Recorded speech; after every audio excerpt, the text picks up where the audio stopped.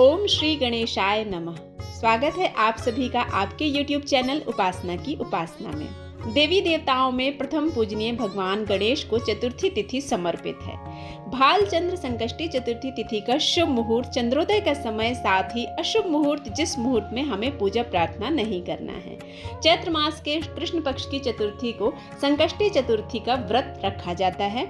चैत्र माह में पड़ने के कारण इसे भालचंद्र संकष्टी चतुर्थी कहा जाता है। इस साल संकष्टी चतुर्थी 11 मार्च 2023 शनिवार को रखा जाएगा। इस दिन भगवान गणेश की विधि विधान के साथ पूजा की जाती है। संकष्टी चतुर्थी के दिन कथा सुनने से भगवान गणेश अत्यंत प्रसन्न होते हैं।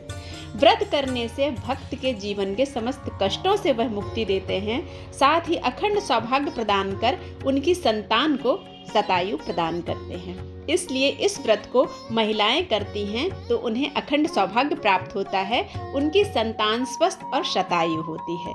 विघ्नहर्ता की कृपा से जीवन के समस्त विघ्न दूर होते हैं। भालचंद्र संकष्टी चतुर्थी 2023 का शुभ मुहूर्त है।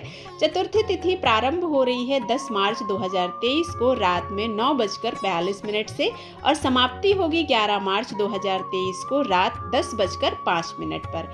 संकष्टी चतुर्थी के दिन चंद्रोदय का समय है 11 मार्च 2023 शनिवार को। चंद्रोदय होगा रात 10:03 पर। अशुभ मुहूर्त यानी राहु काल होगा 10 बजे से लेकर 11:30 बजे तक। यह पूरी अवधि 1.5 घंटे की रहती है। इस बीच कोई भी शुभ कार्य नहीं किया जाता है। भालचंद्र संकष्टी चतुर्थी के दिन चंद्र दर्शन करना अत्यंत शुभ माना जाता है। इस दिन चंद्रमा को दूध मिश्रित जल से अर्घ देना चाहिए।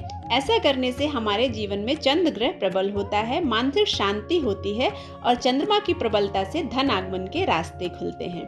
चंद्रमा को अर्घ देने के बाद यह व्रत पूर्ण माना जाता है। भालचंद्र संकष्टी चतुर्थी के दिन ब्रह्म मुहूर्त में उठकर सभी कार्यों से निवृत्त होकर स्नान करना चाहिए। इसके बाद भगवान गणेश का स्मरण करते हुए इस व्रत का संकल्प लेना चाहिए। गणेश जी की विधि विधान के साथ पूजा करनी चाहिए, जल से आचमन करना चाहिए। इसके बाद फूल, माला, रोली, अक्षत, दूर्वा आदि भगवान गणेश को अर्पित करना चाहिए। गणेश जी को जनेऊ अत्यंत प्रिय है, इसलिए भगवान गणेश की पूजा में पीले रंग का जनेऊ अर्पित करना चाहिए। एक पान में 1 सुपारी, 2 लौंग, इलायची और बतासा रखकर गणेश जी के चरणों में समर्पित करना चाहिए। इसके बाद मोदक या कुछ मीठे फल भगवान को अर्पित करना चाहिए।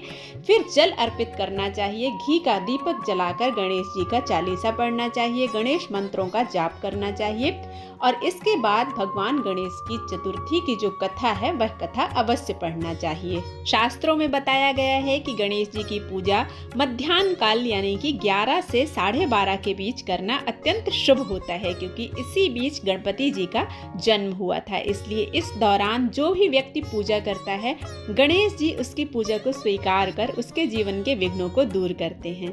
संकष्टी चतुर्थी के दिन व्रत रखते समय कथा के बाद हमें 11 आहुतियां गणेश जी के निमित्त अवश्य डालनी चाहिए। काले तिल, गुड़ और शुद्ध घी मिलाकर 11 आहुतियां गणेश जी को समर्पित करने से हमारे जीवन के सभी नवग्रह अनुकूल होते हैं। शाम के समय कथा पढ़कर चंद्रमा को अर्घ देना चाहिए। इसके बाद दान देकर ही व्रत खोलना चाहिए। संकष्टी चतुर्थी पर काले तिल, गुड़ और घी का दान करना सर्वश्रेष्ठ माना जाता है। भालचंद्र संकष्टी चतुर्थी की कथा के अनुसार किसी नगर में एक कुम्हार रहता था। एक बार जब उसने बर्तन बनाकर आंवा लगाया तो आंवा नहीं पका। परेशान होकर वह राजा के पास गया और बोला कि महाराज, ना जाने क्या कारण है कि आंवा पक ही नहीं रहा है। राजा ने राज पंडित को बुलाकर कारण पूछा। राज पंडित ने कहा, हर बार आंवा लगाते समय एक बच्चे की बलि देने से आंवा पक जाएगा। राजा का आदेश हो गया। बलि आरंभ हुई। जिस परिवार की बारी होती वह अपने बच्चों में से एक बच्चा बलि के लिए भेज देता। इस तरह कुछ दिनों बाद एक बुढ़िया के लड़के की बारी आई। बुढ़िया के एक ही बेटा था तथा उसके जीवन का वही एक सहारा था, पर राजाज्ञा कुछ नहीं देखती। राजा की आज्ञा थी। दुखी बुढ़िया सोचने लगी कि मेरा एक ही बेटा है, वह भी संकट के दिन मुझसे जुदा हो जाएगा। तभी उसको एक उपाय सूझा। उसने लड़के को संकट की सुपारी और दूबा का बीड़ा देकर कहा, भगवान का नाम लेकर आवा में बैठ जाना, संकट माता तेरी रक्षा करेगी। संकट के दिन बालक आंवा में बैठा दिया गया और बुढ़िया संकट माता के सामने बैठकर पूजा प्रार्थना करने लगी।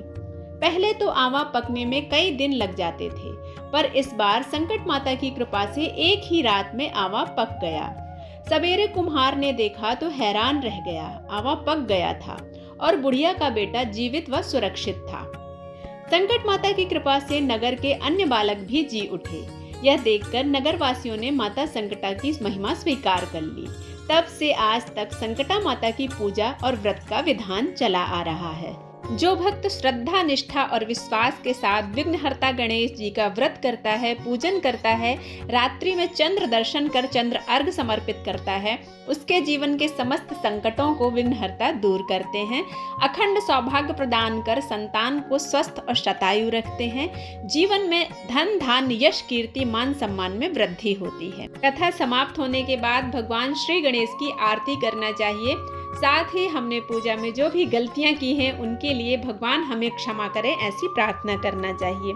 आशा करती हूँ यह कथा और यह पूजन विधि आप सभी को पसंद आई होगी। अगर पसंद आती है तो आप इसे लाइक करें, शेयर करें और सब्सक्राइब करना बिल्कुल ना भूलें। मिलते हैं एक नए वीडियो में, तब तक के लिए ओम श्री गणेशाय नमः।